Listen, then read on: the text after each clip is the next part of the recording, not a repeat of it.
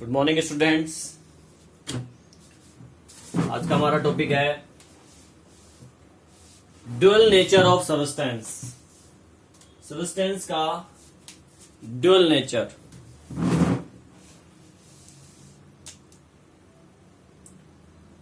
Dual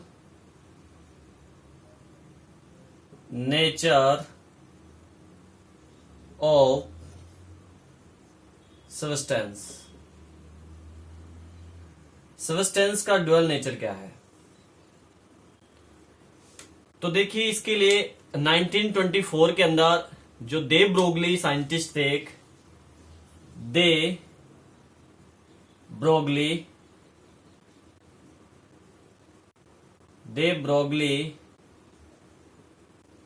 इन्होंने बताया था dual nature of substance.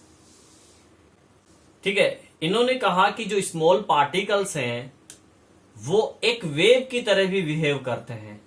Particle की तरह तो बिहेव करते ही हैं, और स्मॉल पार्टिकल्स जो हैं एक वेव की तरह भी बिहेव करते हैं। छोटे छोटे जो पार्टिकल्स हैं वो वेव की तरह भी बिहेव करते हैं। और इन्होंने कहा कि जो वेवलेंथ है, इनकी वेवलेंथ जो है वो डायरेक्ट इनवर्सली प्रोपोर्शनल होती है मोमेंटम के और वेलोसिटी के। यानी इनकी वेवलेंथ लैम्बडा हो जाए तो लैम्बडा वेवलेंथ जो है inversely proportional to momentum. Momentum को किससे शो करता है? पी से। ठीक है, wavelength inversely proportional to momentum, lambda inversely proportional to 1/p। Sign हटाएं तो lambda is equal to h/p। h आप जानते ही हो प्लांक कांस्टेंट है। क्या है? Planck constant. तो यहां से ये क्या हो जाएगा? Lambda is equal to h/mv। क्यों हुआ? क्योंकि we know that p is equal to mv। ये मोमेंटम होता है कि नहीं होता? P is equal to mv, physics में आप पढ़ते होंगे। तो P की वैल्यू यहां रख दी तो क्या हो गया? Lambda is equal to h/mv। Clear? अब देखिए, ये जो दे ब्रोगली ये जो फॉर्मूला आया, इस फॉर्मूले को दे ब्रोगली फॉर्मूला कहते हैं। ठीक है, दे ब्रोगली इक्वेशन है ये। अब इन्होंने क्या कहा कि जो लार्ज मासेज है उन पे ये दे ब्रोगली जो है फॉर्मूला लागू नहीं होता है। ये इंप्लीमेंट नहीं होता है लार्ज मासेज वाले पार्टिकल्स पे जिनका मास लार्ज है। लार्ज मासेज, बहुत ज्यादा मास है। फॉर एग्जांपल जैसे अर्थ, ठीक है, अर्थ है, मून है, तो ऐसे जो बड़े बड़े पार्टिकल्स है इनका मास भी क्या होगा? बहुत बड़ा होगा। अब उनपे दे ब्रोगली इक्वेशन लागू नहीं होती है। क्यों नहीं होती है? Because lambda is inversely proportional to mass m। यहां देख सकते हो आप, दिख रहा है आपको, lambda is equal to h/m। It means lambda जो है इस m के इनवर्सली प्रोपोर्शनल है कि मास अगर इंक्रीज होगा तो वेवलेंथ डिक्रीज हो जाएगी। ठीक है ना? अगर इसको हम इंक्रीज करें तो वेवलेंथ डिक्रीज हो जाएगी। बहुत ज्यादा मास है, बहुत ज्यादा लार्ज मासेज है, तो ओब्वियसली ये वेवलेंथ क्या हो जाएगी? बहुत ज्यादा कम हो जाएगी, जिसके कारण से इसको फिर मेजर करना पॉसिबल नहीं हो पाता है। इसलिए लार्ज मासेस जो है उन पार्टिकल्स पे दे ब्रोगली इक्वेशन लागू नहीं होती है। आगे बात समझ में? चलो, अब हम इस दे ब्रोगली इक्वेशन को कैसे फाइंड करेंगे कि ये कैसे आया, इसकी डेरिवेशन क्या है दे ब्रोगली इक्वेशन की।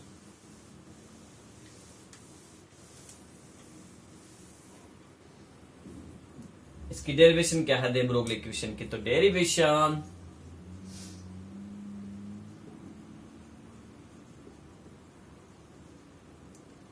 ऑफ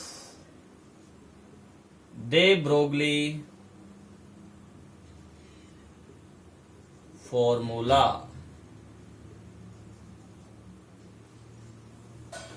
चलो बात करते हैं। अकॉर्डिंग टू आइंस्टीन, अपन ने देखा था, पहले यूज किया था आइंस्टाइन, एनर्जी का इक्वेशन क्या था, E is equal to mc²। और अकॉर्डिंग टू प्लांक्स थ्योरी, जो प्लांक ने एनर्जी का जो इक्वेशन दिया, प्लांक्स ने जो एनर्जी का इक्वेशन दिया वो क्या था, E is equal to h nu. ठीक है ना। दोनों एनर्जी क्या होती है, दोनों एनर्जी इक्वल होती है।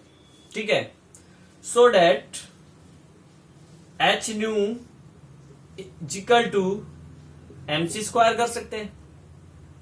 और we know that nu is equal to क्या होता है, c/λ होता है कि नहीं होता। Frequency is equal to c/λ। ठीक है, तो ये वैल्यू यहां पुट कर सकते हैं, तो क्या हो जाएगा ये h c/λ is equal to mc²। ठीक है कि नहीं।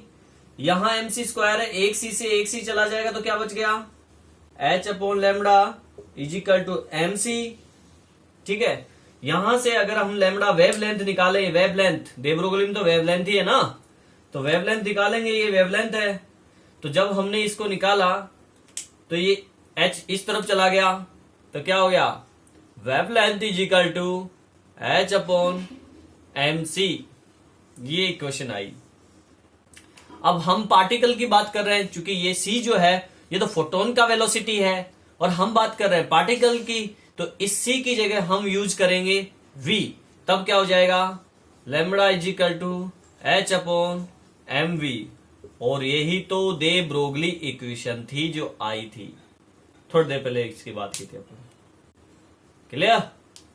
तो मैं समझता हूं आपको समझ में आ गया होगा दे ब्रोगली इक्वेशन क्या है। चलो, ये था दे ब्रोगली डेरिवेशन। अब मैं इसी टॉपिक के साथ एक छोटा सा टॉपिक और मर्ज कर रहा हूं, जिसमें ज्यादा कुछ नहीं है, आपको बस थोड़ा सा फॉर्मूला आपको ध्यान रखना पड़ेगा, क्या था क्या है। देखिए, टॉपिक है हमारा हाइजेनबर्ग्स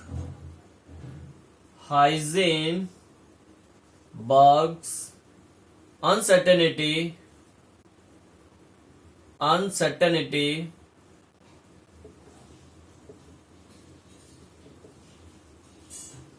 प्रिंसिपल।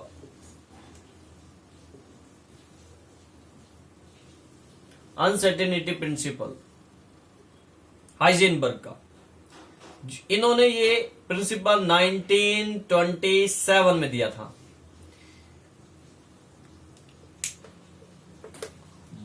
इन्होंने कहा कि possible to measurement, can not possible to measurement right position and right momentum. हम किसी भी टाइम पे राइट पोजीशन और राइट मोमेंटम फाइंड नहीं कर सकते इलेक्ट्रॉन का। जब इलेक्ट्रॉन इस न्यूक्लियस के चारों राउंड कर रहा है, तो हम एट दैट टाइम किसी भी इलेक्ट्रॉन की जो पोजीशन है और मोमेंटम फाइंड नहीं कर सकते। ऐसा तभी फाइंड हो सकता है जब इसकी पोजीशन सही सही आए, इसकी वेलोसिटी सही सही आए, तभी इसका पाथ फाइंड कर सकते हैं अपन। ये दोनों देखिए, पोजीशन एंड मोमेंटम या वेलोसिटी ले लो, मोमेंटम और पोजीशन एट द टाइम, किसी भी टाइम पे, इंस्टेंट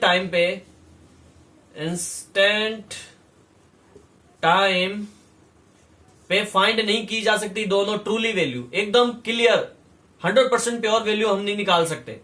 अगर हम सही तरीके से इसकी एग्जैक्ट वैल्यू निकालेंगे अगर पोजीशन के एग्जैक्ट वैल्यू निकालेंगे तो मोमेंटम में डिफेक्ट आएगा, और मोमेंटम के एग्जैक्ट वैल्यू निकालेंगे तो पोजीशन में डिफेक्ट आएगा, जिसकी वजह से हम इलेक्ट्रॉन का पाथ जो है डिस्क्राइब नहीं कर सकते कि इलेक्ट्रॉन इस फिक्स पाथ में राउंड कर रहा है। ये बोर मॉडल का ड्रॉबैक है, ये ध्यान लिमिटेशन में पढ़ा था पढ़ने बोर मॉडल के में इसको।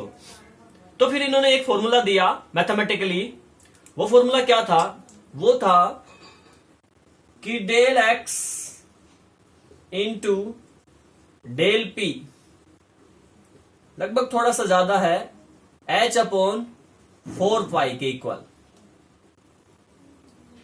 और वी नो डेट कि P इज इक्वल टू क्या होता है, mv होता है। अब मोमेंटम में तो चेंजेज होता है इसलिए डेल लग गया, वेलोसिटी में भी चेंजेज होता है तो डेल लगा दो। ये इलेक्ट्रॉन का मास है, ये कांस्टेंट है, इस पे डेल नहीं लगेगा, तो डेल पी की वैल्यू होगी m डेल v, ये पुट कर दीजिए यहां पे, तो क्या हो जाएगा del x into m del v h upon 4 pi. ठीक है, यहां से हमें पोजीशन और मोमेंटम है तो वेलोसिटी में डिफेक्ट लाएंगे, m इस तरफ चला जाएगा, del x into del v equal to लगा दो, चाहे आप ये भी लगा सकते हो, कोई दिक्कत नहीं है, h अपॉन 4 पाई m।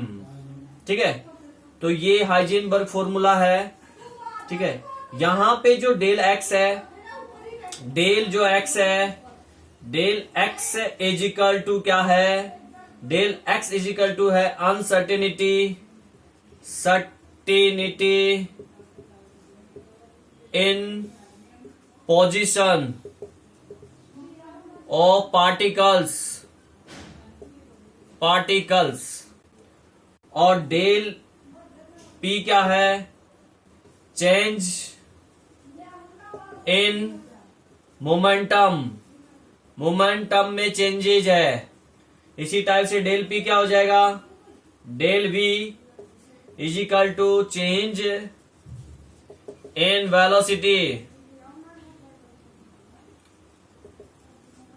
वेलोसिटी में चेंज। ठीक है ना, पाई आप जानते हो एच प्लांक कांस्टेंट है, एम इलेक्ट्रॉन का मास है, तो ये हाइजेनबर्ग का प्रिंसिपल था। ये आई बात समझ में। तो इनके अकॉर्डिंग क्या कहा इन्होंने कहा कि we know the possible and velocity of a particles at a time instant and force of attract and particles if that time instant we can tell that where will be the particles at next instant. मतलब कि अगर हमें किसी particle यानी electron या particle की position और momentum पता नहीं है किसी टाइम पे, इस टाइम पे मान लीजिए, तो अगले टाइम इलेक्ट्रॉन कहां पे होगा ये हम नहीं बता सकते। सोमरफेल्ड ने कह दिया ऐसा, ठीक है कि नहीं, और उसे इक्वेशन दी। तो ये इसने सोमरफेल्ड नहीं, हाइजेनबर्ग ने बता दिया, और ये इक्वेशन दी Heisenberg theory uncertainty principle. Uncertainty का मीन्स होता है अनिश्चितता। ठीक है स्टूडेंट्स।